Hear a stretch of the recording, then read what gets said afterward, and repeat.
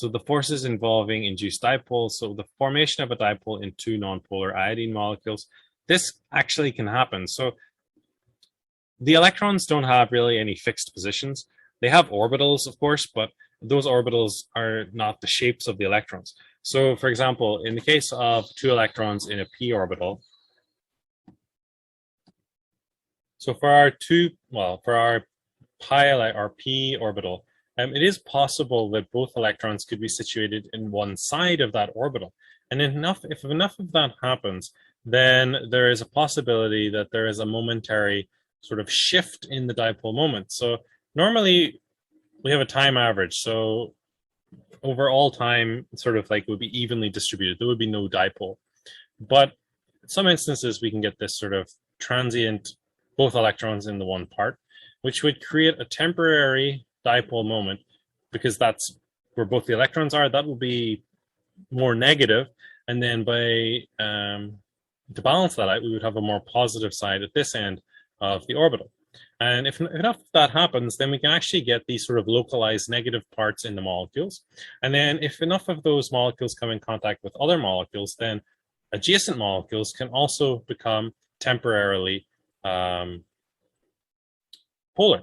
And so that will create a kind of a dipole moment, and will create an effect whereby we have a bunch of dipole-dipole interactions for non-polar molecules. And so this can happen more easily for larger molecules. So heavier atoms and molecules have more electrons, so they're more able to sort of create these induced dipole moments. So here we have a schematic line here of what's happening. So two nonpolar atoms or molecules depicted as having an electron cloud that is time averaged a spherical shape. Momentary attractions and repulsions between nuclei and electrons in neighboring molecules lead to induced dipoles. Correlation of the electron motions across the two or between the two atoms or molecules, which are now polar, leads to a lower energy and stabilizes the system. Sometimes these are induced dipole interactions are called London dispersion interactions. They're present in all atoms, molecules, and ions, and they're due to the unsymmetrical distribution of electrons in the electron cloud.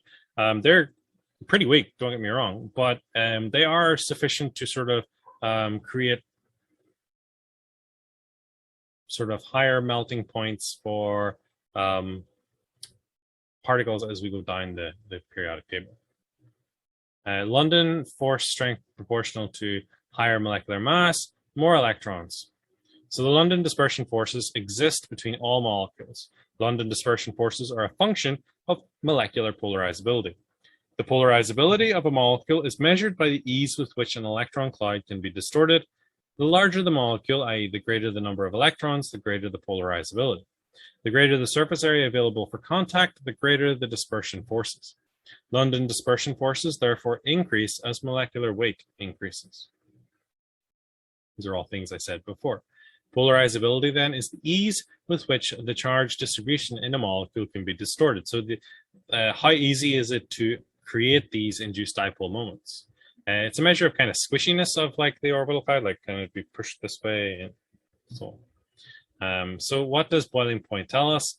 Intermolecular forces increase with increasing polarization of the bond. Strengths of forces impact the boiling point, and the boiling point increases with molecular weight and with surface area.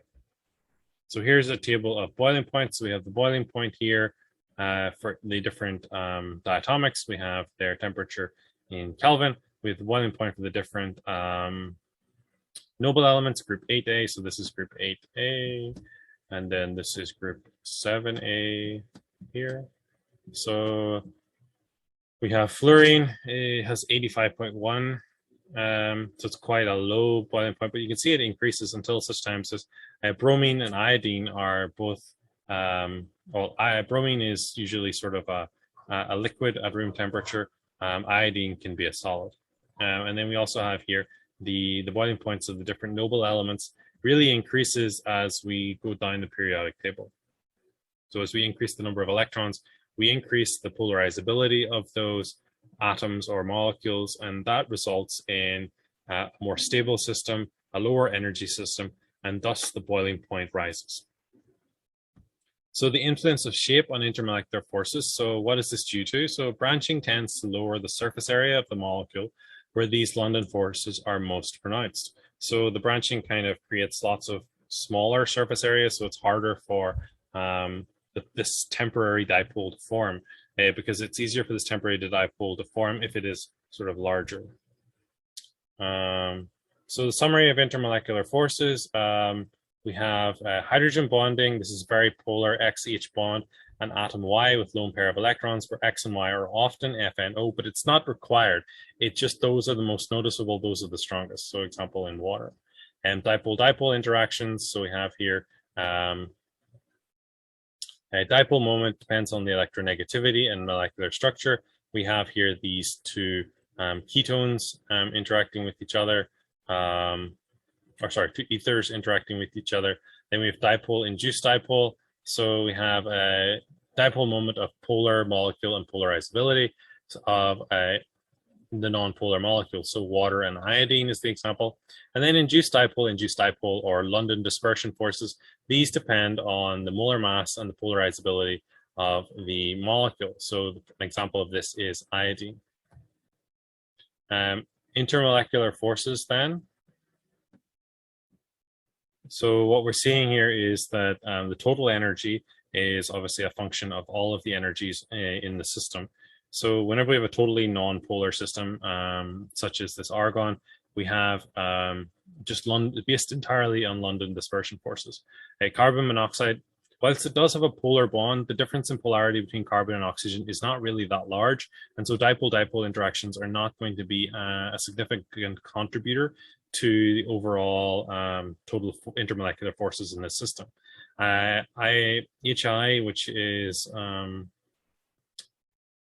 polar to an extent, but again, the electronegativity difference between hydrogen and iodine is not significant. So it does have a little tiny bit of an effect, but generally, again, most of the forces here are London dispersion force, and that's because of the large polarizability of the iodine cloud, electron cloud. Bromine, then, of course, it starts to get slightly more polar because the ion gets smaller, and we start to see these dipole-induced dipole attractions. We start to see the dipole-dipole interactions. And then that just kind of generally increases as we get further and further up the periodic table, as electronegativity increases, and we end up seeing large intermolecular forces for our particles. And so that will also affect the boiling and melting points and various physical properties of our particles. So the summary of intermolecular forces is shown here. So we have interacting particles. Are ions involved? No. Are the polar molecules involved? No. Then we have London dispersion forces. Are ions involved? Yes. Are polar molecules involved? No. And then we have ionic bonding. If polar molecules involved, yes, we have ion dipole forces. Are hydrogen atoms bonded to oxygen, nitrogen, or fluorine involved? Then we have dipole-dipole forces if that's a no, and hydrogen bonding if it's a yes. Although the lines between those are a little bit blurred, you can still have something like a hydrogen bond with atoms other than oxygen, nitrogen, or fluorine. It just happens that those are the ones which are more common and strongest and the most readily observed. So we can compare here intermolecular forces, which one of these two is going to have the higher boiling point. We'll want to look to see which one is going to be more polarizable in that sort of sense. So you can sort of like pause 5 or 10 seconds, think about it. Which one's going to have a higher melting or boiling point? Is it going to be nitrogen? Is it going to be oxygen? What are the things which will dictate that in these molecules? Pause if you need more time. So what we're looking at here are two non-polar molecules, nitrogen and oxygen. So the only interactions that they're going, or the only sort of intermolecular forces that are going to be active here are London dispersion forces. So those London dispersion forces are going to be the key drivers in our structure, or in our driving force for our higher boiling points. So nitrogen is lighter than oxygen. Nitrogen is group 5, oxygen is group 6. Dinitrogen has a molar mass of 28 grams per mole. Oxygen has a molar mass of 32 grams per mole. So we would say, based on that larger molar mass, that oxygen is going to have the higher boiling point. And that turns out to be true. So again, the boiling point of nitrogen is 77 Kelvin. It is 90 for oxygen. We have a non-polar molecule, only London forces, light, lower molecular weight. So both are non-polar, both only have London dispersion forces, but the lower molecular weight means that oxygen will have a higher boiling point. Now, which one of these two is going to be the higher boiling point? So we have HCl and we have argon, both of which comparable molecular weights. So again, 5 or 10 seconds, pause if you need more time. Pause if you need more time. All right. So what we're seeing here is we're probably thinking like along the lines of argon has a higher molecular weight, so maybe that's going to be the higher boiling point. But don't forget that HCl is going to be a polar bond, so there's going to be some dipole-dipole interactions there as well. And so those are significantly strong. And so I'm going to go with HCl. And so you can see that HCl has more than twice the boiling point of argon. So here we have London dispersion forces plus dipole-dipole interactions, whereas argon only has London dispersion forces. So comparing the intermolecular forces, which has the higher boiling point, so we have ammonia and we have N2O. Which one of these two do we think is going to be the higher boiling point? So again, 5-10 seconds, pause if you need more time. Pause if you need more time.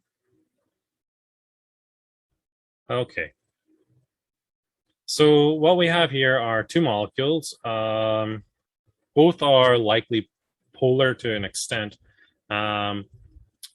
Ammonia is much lighter than this, so that's 14, 20. So 14 for the nitrogen times 2 is 28 plus 16 is going to be 44 grams per mole. And then nitrogen plus 3, hydrogen's at 17 grams per mole. So based on that, we would assume that this is going to have the higher boiling point, but this is going to be more polar than the N2O. So there's our 17 grams 44. So they're both polar, but this one has hydrogen, of course, hydrogen bonds as well. So we also have 240 Kelvin as the melting or the boiling point here for ammonia versus this N2O, which is much lower because it doesn't have hydrogen bonds. Okay, so I'm going to ask you then to try these as a homework. So which one is the higher boiling point and why? We have neon versus HF. We have carbon monoxide versus nitrogen. We have chlorine versus bromine. Which one of, in each of these comparisons is going to have the higher boiling point and why? Properties of liquids then. So in this section, we're going to be finishing off with module number 4. We're going to be discussing some of the things that make liquids liquids, some of the things which are relatively unique to them and which form a very important set of properties, the properties of liquids, which we can sort of apply to biology of life, to just many of the things that we can observe around us that maybe we took for granted and sort of said, well, that's just the way it is. But actually, there are physical and chemical processes going on which dictate those phenomena that we see. And so some of these are going to be like, for example, vaporization, vapor pressure, boiling point, critical temperature, critical pressure, surface tension, capillary action, and viscosity. So things like surface tension are why like water bugs and stuff can like run across water. It's due to the surface tension of the liquid on the lake or the swamp or wherever they happen to be. Vaporization is this process through which a liquid goes to the gas phase. Vapor pressure is sort of an indicator of how easy it is for, or how easy or how difficult it is for a particular liquid to evaporate. The boiling point and other things here are fairly known to you, but we will discuss them in some detail. So of the three states of matter, liquids are the most difficult to describe precisely because, I mean, they are associated. So in that respect, they're kind of like solids.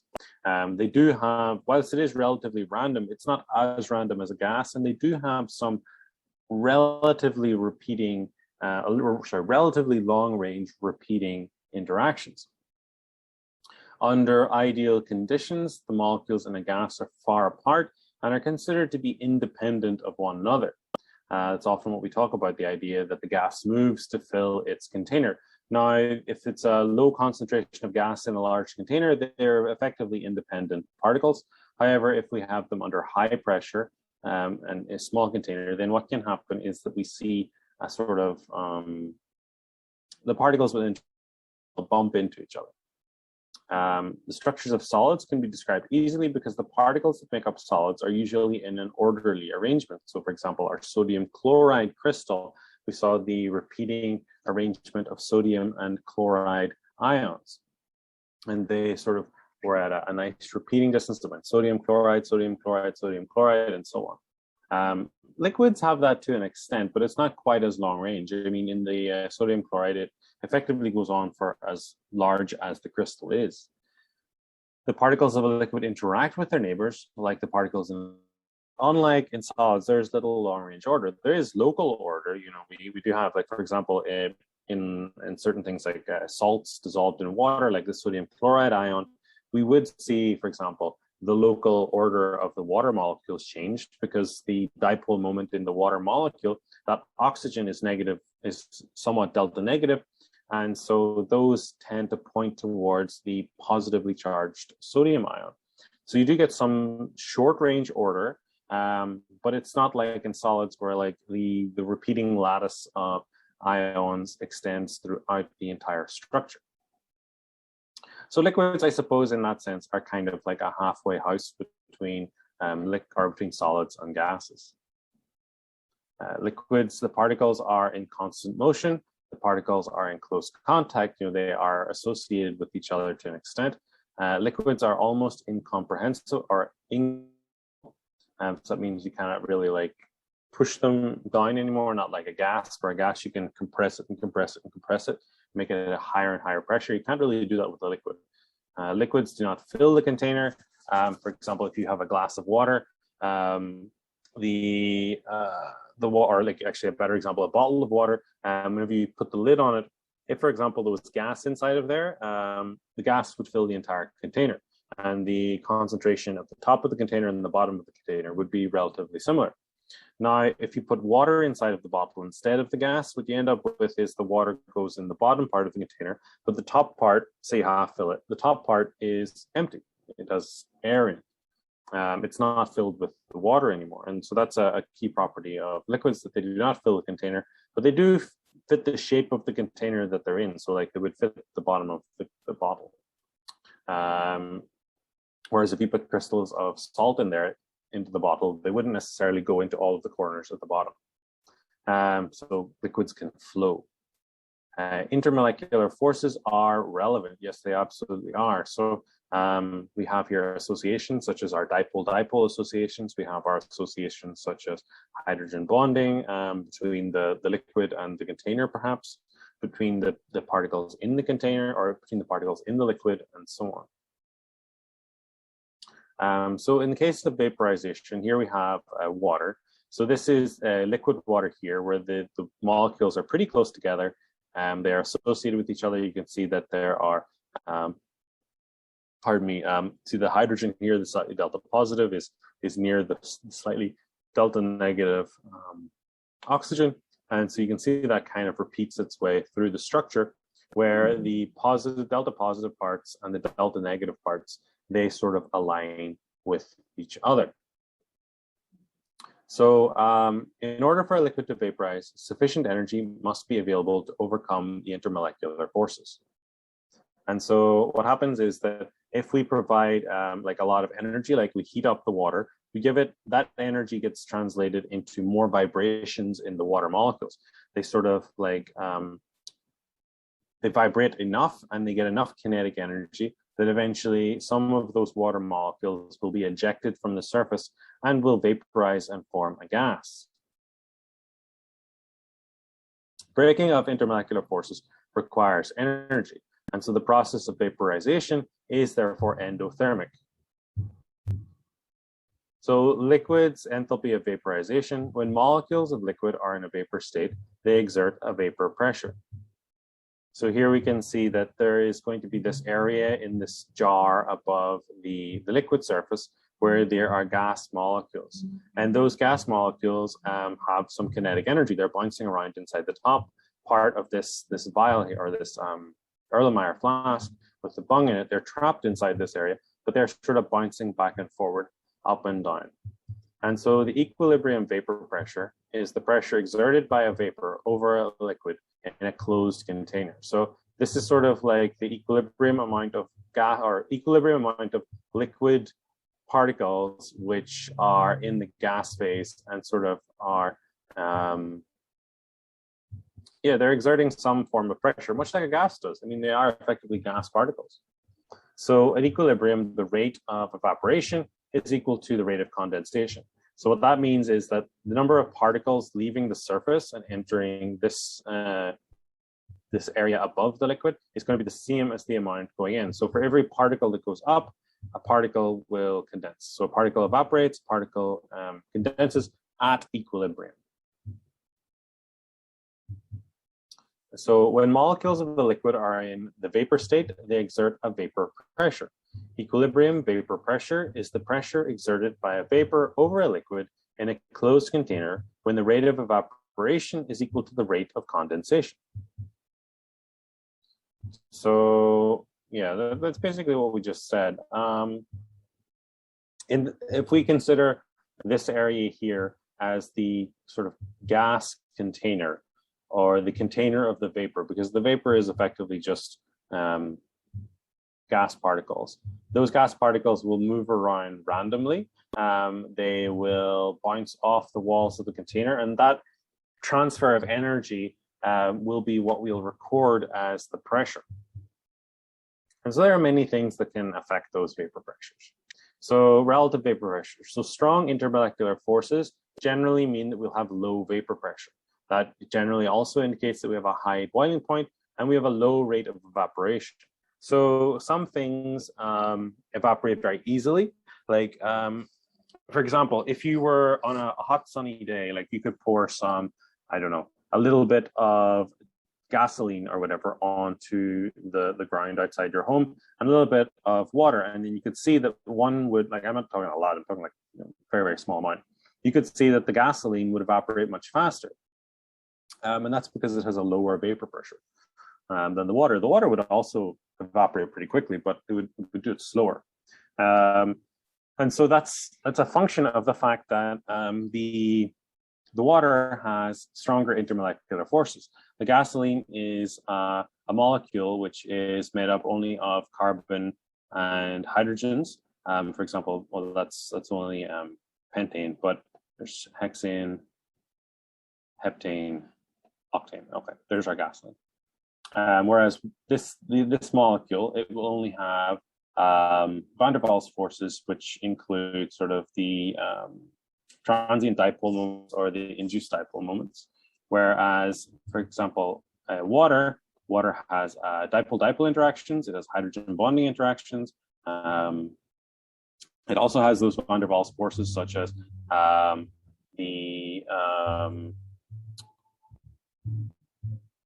induced dipole moments and sort of the electron crowds and stuff.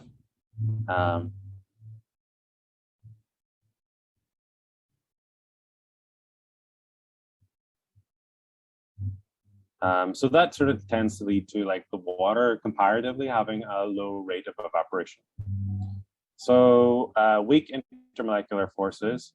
So we have a high vapor pressure here, and we have a low boiling point and a high rate of evaporation. So that's our octane in this case, our gasoline. You know, it evaporates very quickly. It has a high vapor pressure. That's also why, like, if you're, for example, spill some gasoline on the floor or whatever, if you're filling your car or whatever, you'll smell it immediately because it is volatile, and so that smell will come up to you pretty quickly. I'm trying to think of other things that might be sort of, but basically, yeah, the more you can smell something indicates the more volatile it is. So we generally have low boiling points and high rates of evaporation. But like, it's not necessarily true that all things with high vapor pressures have low boiling points.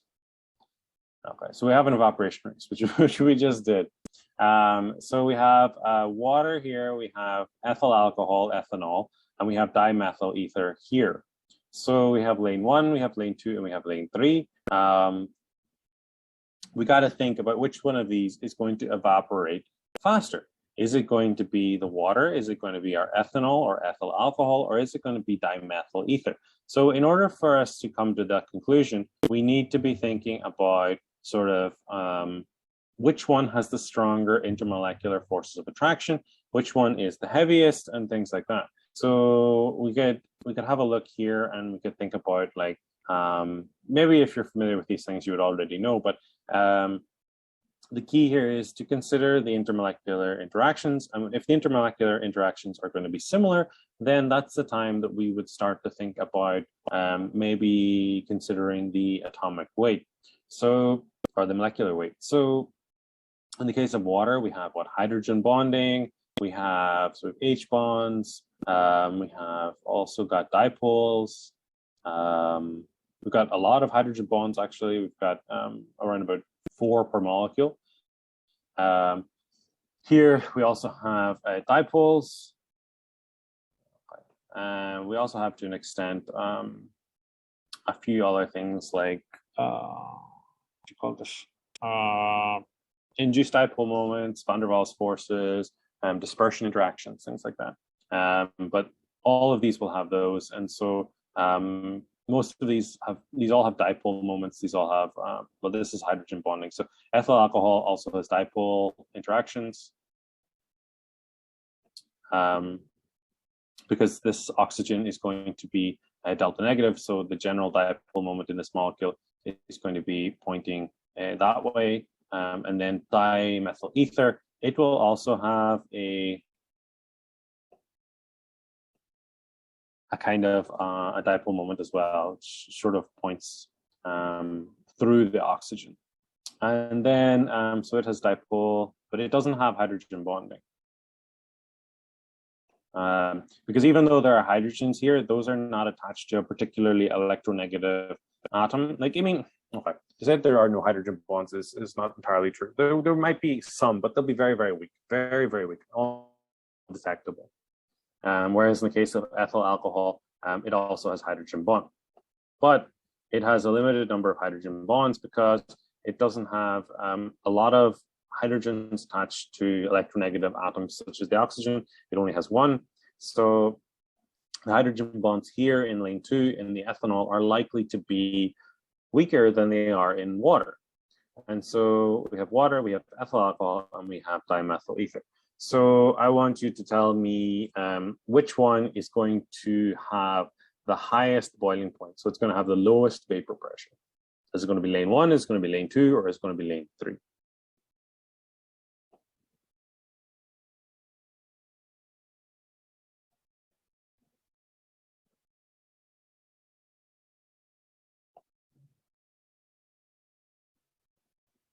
Okay, so the one that's going to happen here is that we're going to see, basically it's just all comes down to this idea of comparing intermolecular interactions, comes down to this idea of trying to overcome those, like how much energy is going to be needed to evaporate these. Like, okay. So if you've ever now we must all be familiar, I guess, at this point with using sanitizing alcohol. If you're not, then I'm a little bit surprised, but it's probably something we're all aware of. Sanitizing alcohol, usually 70% alcohol or 70% ethyl alcohol solutions are pretty prevalent here to sanitize our hands as a measure against the pandemic. But if you've ever, like, for example, after you've washed your hands with water, and soap, and then you compare it, how long it takes for your hands to dry, compared to whenever you've sprayed ethyl alcohol in your hands to sanitize. That can give you an indication as well. Like it tells us something. I mean, it's only 70% ethyl alcohol, but it's kind of the same principle. It's mostly ethyl alcohol. And so the ethyl alcohol should, maybe you weren't quite aware of it, but now maybe you'll think about it more. The alcohol solution, the 70%, it sort of evaporated much quicker. Your hands got dry a lot faster. So the alcohol is more volatile. 100% right. So we have a more volatile compound in the ethyl alcohol. The water is less volatile. It takes longer to dry. If you've washed your hands, then you'll notice that, like, well, maybe you haven't noticed, but maybe now you can think about it next time that it happens. Like use a towel or something. It takes a lot longer for the water to dry off your hands than if you'd used alcohol. But obviously, for different purposes, we need to use different things. Like if your hands are sticky, ethyl alcohol is not going to really work that well. You don't need to use soap and water. With dimethyl ether, that's an organic solvent, not really used that much in the Philippines because it tends to boil at around about 33, 34 degrees Celsius. And sometimes it's that warm here, even though like in the middle of the day. So it's something that actually is quite difficult to use here. It's not a super, it's not a really like a heavily used solvent anymore, but it is very volatile, because it just doesn't have these sort of interactions. Like the dipole interactions here are kind of weak. It doesn't really have any hydrogen bonds. I mean, so compared to ethyl alcohol and water, which both have good dipole interactions, both have good and strong hydrogen bonds, the dimethyl ether just evaporates super fast. It is very volatile. Okay.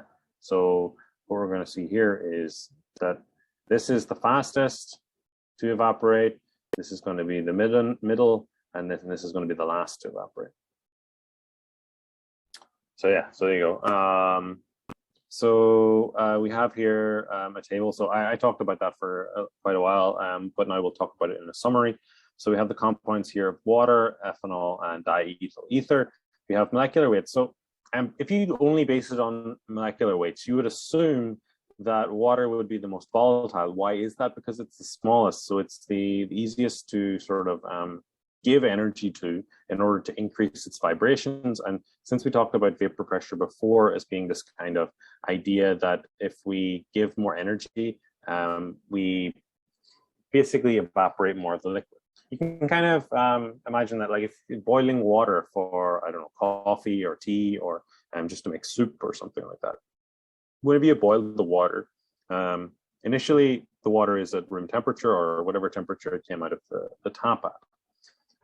So then the water, as you set it on the stove and you heat it up or whatever, the water gradually gets warmer and warmer. And then eventually, whenever it's boiling, there is some steam, water vapor, which comes out. And on there is that the heat from the stove is being transferred through the pot into the water, and the water molecules are translating that into kinetic energy, and that thermal energy into kinetic energy, and then they're moving around a lot faster, and eventually that energy becomes enough that they are able to escape the sort of the hydrogen bonds, the dipole interactions of the liquid, and go into the vapor phase. So the molecular weight would tell us that the lightest would be the easiest to do. However, that's not what happens, because we actually have other things to consider. We have our intermolecular forces, these IM forces. So for water, we have London dispersion forces, we have dipole interactions, and we have hydrogen bonds. We also have the same ones for ethanol, but for dimethyl ether, we only have London dispersion and dipole interactions. Even those dipole interactions are not particularly strong in this case. So what happens is that this greatly reduces the boiling temperature. So for example, what was I going to say? For example, the water has very high, ethanol not so far behind, and then much lower is that for the dimethyl ether. Sorry, I got it wrong. I thought it was lower than this, 56. So it evaporates very quickly. And like if you're around too much of it, it will give you a bit of a light head and a very painful head actually as well, which will go away once you get to fresh air. So the reason why, so if both of these have the same intermolecular forces, we would assume then that the one that's heaviest, which is the ethanol, should be the one which boils at a higher temperature. But that's not the case because water here is about 2.5 times lighter than ethanol. But you can see that it has a higher boiling point. And this is because water is a very special liquid. It has the ability to form equally the number of, so if we have water here, we talked about this before with intermolecular, whenever we first discussed hydrogen bonding, but this is a Lewis structure of water here, which is very helpful for us to understand the hydrogen bonding. So in a hydrogen bond, you can have acceptors and donors of lone pairs. So in the case of water, each molecule has 2 lone pairs and 2 hydrogens, 2 OH bonds. So these 2 hydrogens can then accept the donation of the lone pair. And so what happens is that we have this perfect hydrogen bonding, basically. We have an equal number of donors and acceptors. So that means there's no like leftovers, there's no extras. It really just perfectly hydrogen bonds with itself. And because of that, it has this much, much higher boiling point. If we look at the structure of ethanol, strange. Oh, there we go. This is a little bit different because it still has 2 lone pairs, right? But it now only has 1 hydrogen per molecule. So that means that we now have 2 lone pairs and 1 hydrogen. So it's not as good at hydrogen bonding, whereas this one has 2 lone pairs and 2 hydrogens. So basically, the better the ratio between these, the stronger the hydrogen bonding, effectively. It ends up being sort of along those lines. So for example, other things like ammonia hydrogen bonds, this isn't like part of this question, but it is an important concept to think about. In the case of ammonia,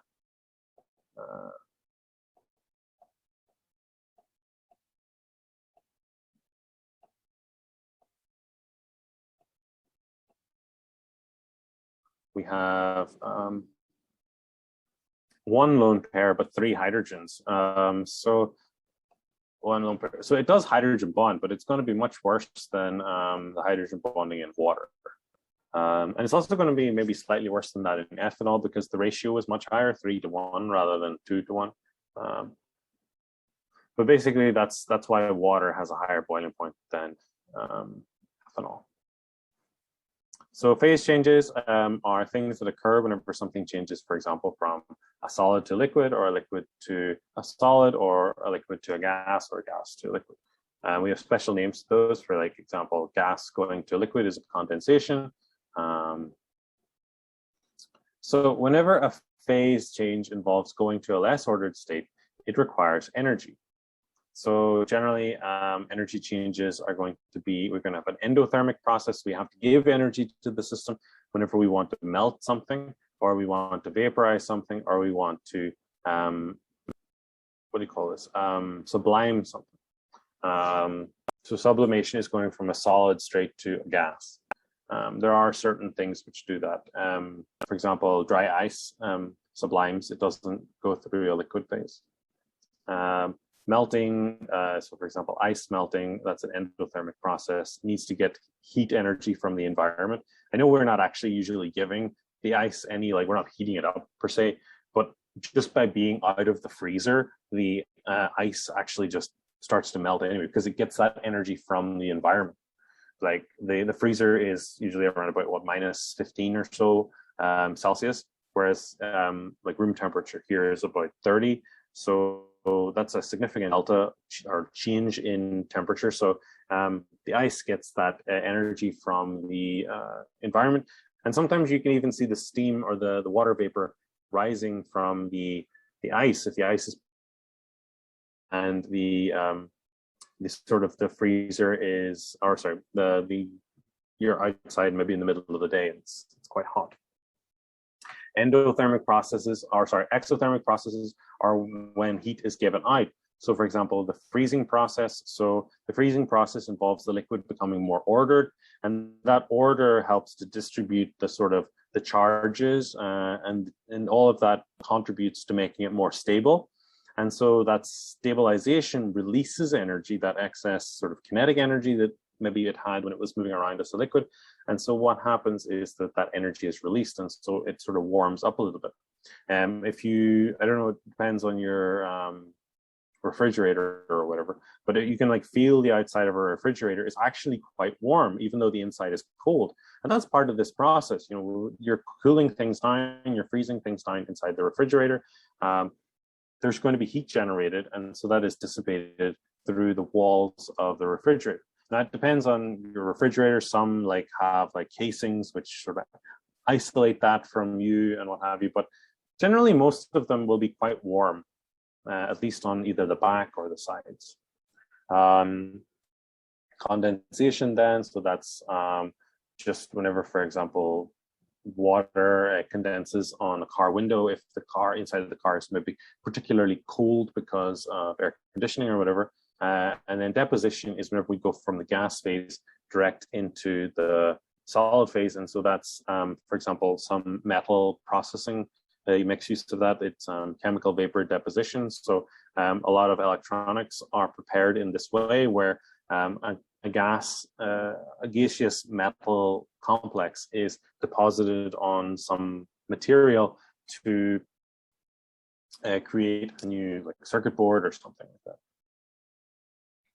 So sample exercise here. So how much heat is needed to change 1 mole of ice at 25 degrees Celsius to steam at plus 125 degrees Celsius? So heat to warm ice, heat to melt ice, no temperature change.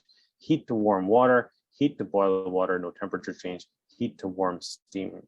So how much heat to change 1 mole of ice at minus 25 degrees C to steam at plus 125 degrees C?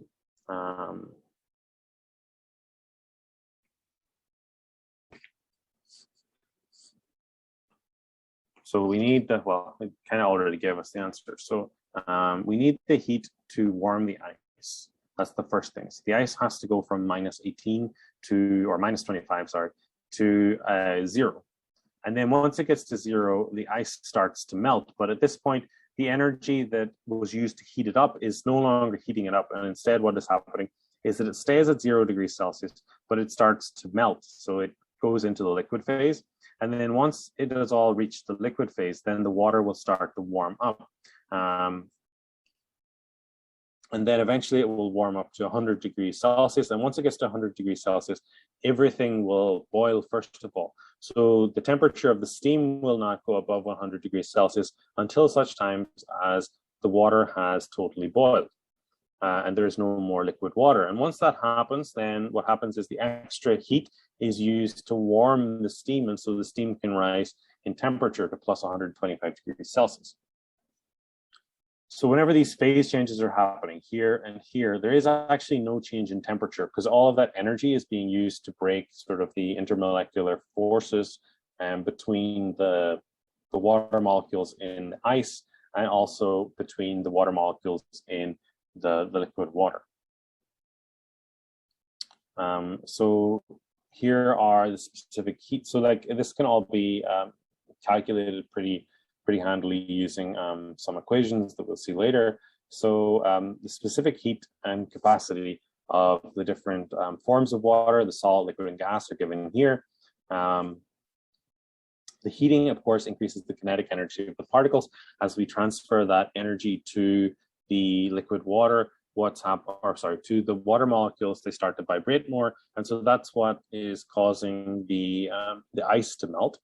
Then we have phase changes whereby the fusion and the vaporization, those result in a change in energy. So a certain amount of energy is needed to transfer from one phase to another, a liquid to a gas or from a solid to a liquid. Like that requires some energy. That is an endothermic process that we saw before. And that is why the temperature doesn't change during that process, because there's no energy being given out. Instead, the energy is being consumed to bring about that phase change.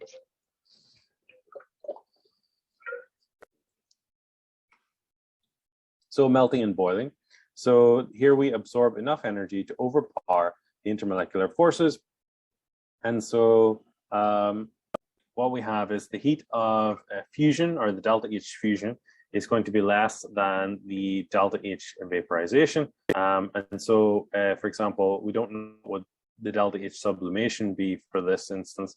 And that is the case where we go straight from the solid to the liquid. So demonstrations of some intermolecular forces. So we have a butane lighter. So is butane a liquid or a gas? It has the boiling point of minus 0.5 degrees Celsius. Butane then is going to be a liquid at room, or sorry, a gas at room temperature.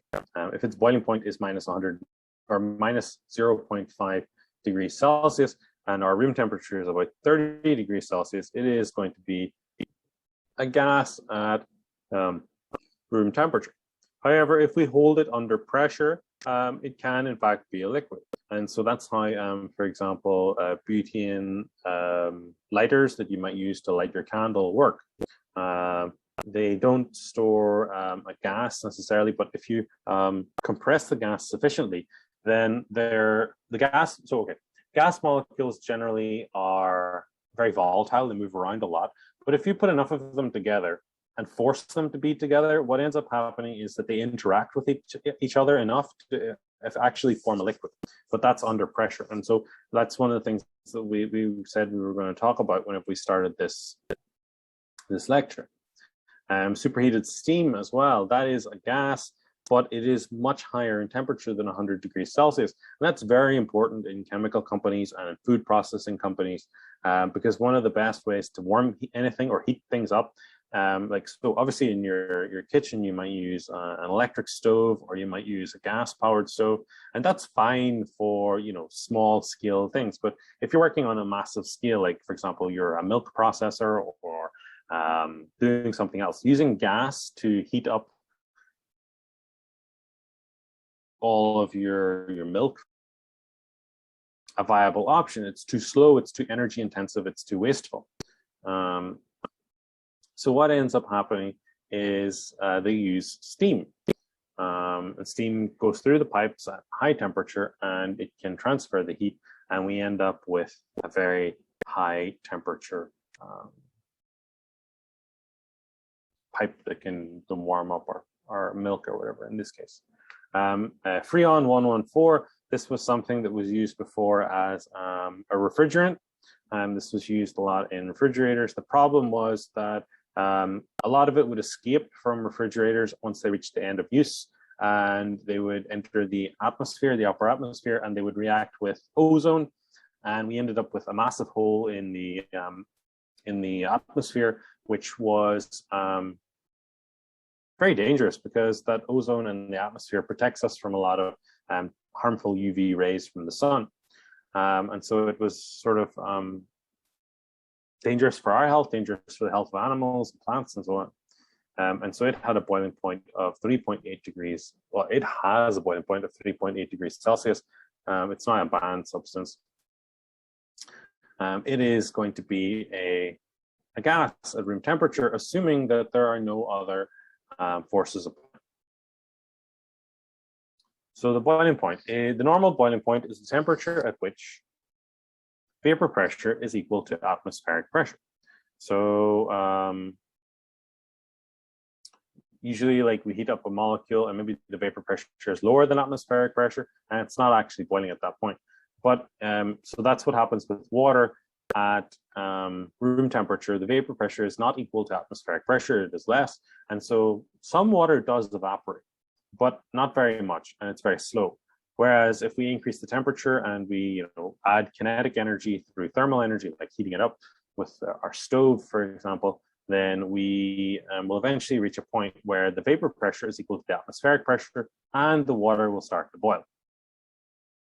So the vapor